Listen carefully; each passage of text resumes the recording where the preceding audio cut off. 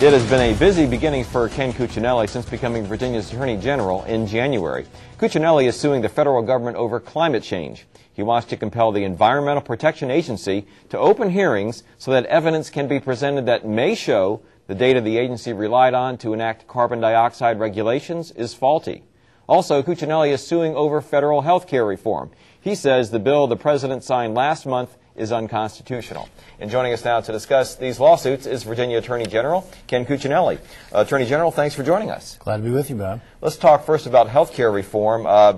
The premise that you have is really the Commerce Clause, which is being used to make people under this law buy health insurance is against the law. Correct. Is that the compulsion on individuals to buy health insurance is not something Congress has the power to do under the Commerce Clause. And the Commerce Clause gives them the power to regulate interstate commerce. So under the guise of regulating commerce, they're going to order you to buy something in commerce.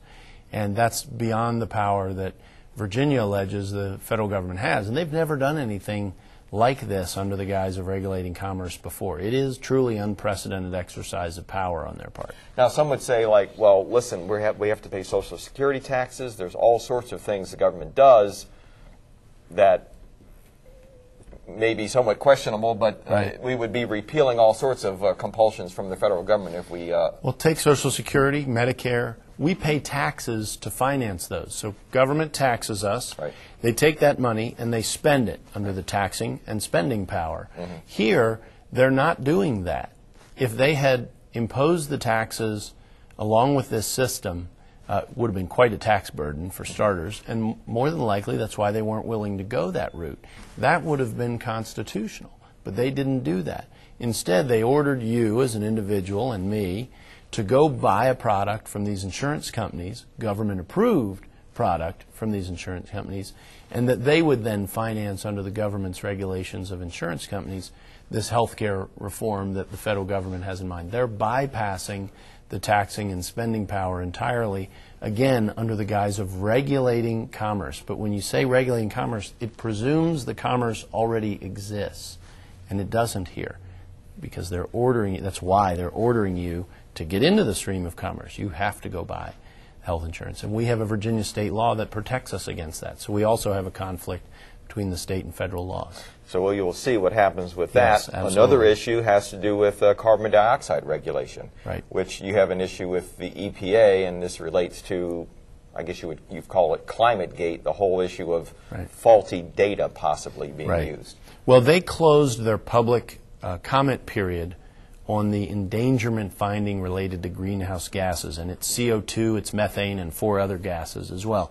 Since they closed the public comment period last summer, ClimateGate happened. All the emails where we saw the scientists who were responsible for gathering this data were trying to box out other scientists who disagreed with them, and now they can't produce the data in either its massaged form or its raw data form. And so we have no way to double check what they've done in the legal process. This doesn't comply with American scientific standards, it doesn't comply with American legal standards, and the consequences of it economically are massive, enormous loss of opportunity, and for no demonstrable benefit to the environment. And this is something where at this point they do have to, your latest action in this, they've got to respond, I believe, in the next couple of months. They do. There are a couple of things going on at once here. We sued them in the District Court of Appeals, D.C. Court of Appeals, along with Alabama and Texas, and since then 13 other states have joined us, including several of them represented by Democrats. This is a bipartisan effort. We, at the same time, petitioned the EPA directly to reopen their process so that they could take more evidence and get this right. Okay, and we will see how that goes. Yes. Attorney General Ken Cuccinelli, thanks so much for joining us. My pleasure, Bob. Glad to be with you.